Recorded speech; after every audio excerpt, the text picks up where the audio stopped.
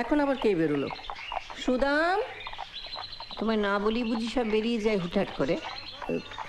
যাবার মধ্যে তো মহিন, সে তো কোন সকালে কলেজ চলে গেছে। কে বেরোলে রে? নতুন বউ কালীঘাটে গেলেন পুজো দিতে। একা গেল? বউরানিও সঙ্গে গেলেন বোধহয়, ঘরে তো দেখলাম না।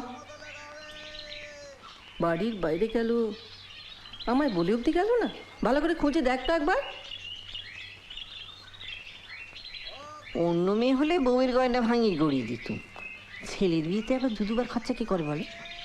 তুই এখানে বনে বনে কথা ঠিক দেখাবে?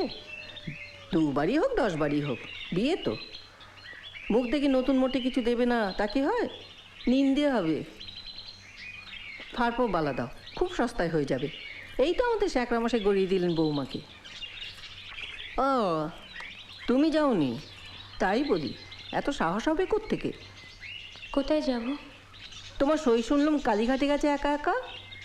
হ্যাঁ, আজ ওর স্বামীর মৃত্যুতিথি, তাই পুজো দিতে গেল। তা আমাদের মুখ ফুটে একবার জিজ্ঞাসা করলে কি খেতিটা হতো, আমরাও নয় গিয়ে মায়ের দর্শন করে আসতাম। এখনো গায়ে গতি লাগলো না তোমার বউয়ের? অথচ বলো, দুধটা ঘিটা কিছুই তো বাদ নেই, লোকে বলবো শাশুড়ি খেত দেয় না। শোনো, তোমার ফারপো বালাটা দেখাও তো খুড়িমাকে, নকশাটা দেখতে চাইছে। কই, কি হলো? খুইয়েছে বুঝি? না, বাসকে আছে, নিয়ে আসছি।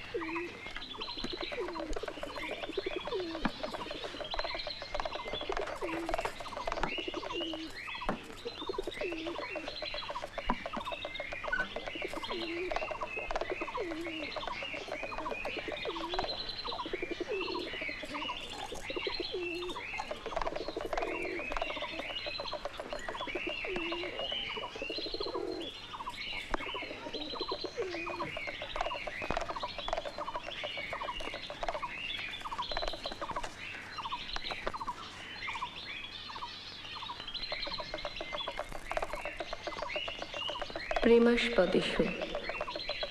গত 3 সপ্তাহে আমি তোমাকে 7খানি পত্র লিখিয়াছি।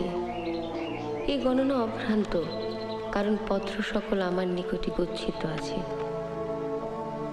বিবাহ সভায় বধূ যখন তাহার সকল অনুভূতি একত্রিত করিয়া বরমাল্য অর্পণ করে, তখন সে কেবলমাত্র বিবাহের আচারই পালন করে না, পুষ্পমাল্যখানি তাহার অন্তরের সৌরভে বিকশিত করিয়া দৈত্যের নিকট পাঠায়।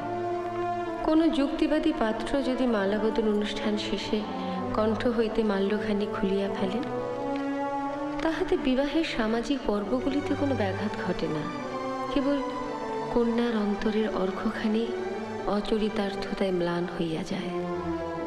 তুমি তোমার সমাজ, এক্ষেত্রে তোমার স্ত্রীর ভয়ে শঙ্কিত হইয়া আমার কোনো পত্রই নিজের কাছে রাখো নাই, পাঠান্তে আমাকে ফিরাইয়া দিয়াছ।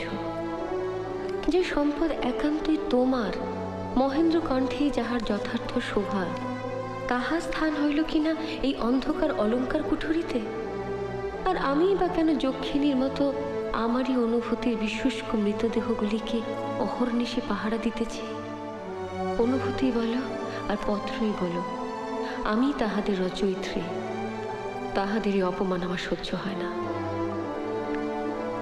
যেই দিন আমার লেখা চিঠি তুমি সাহসে গৌরবে নিজ অধিকারে গ্রহণ করিবে, সেই দিন হইতে তোমার জন্য পুনরায় লিপিমাল্য রচনা করিব।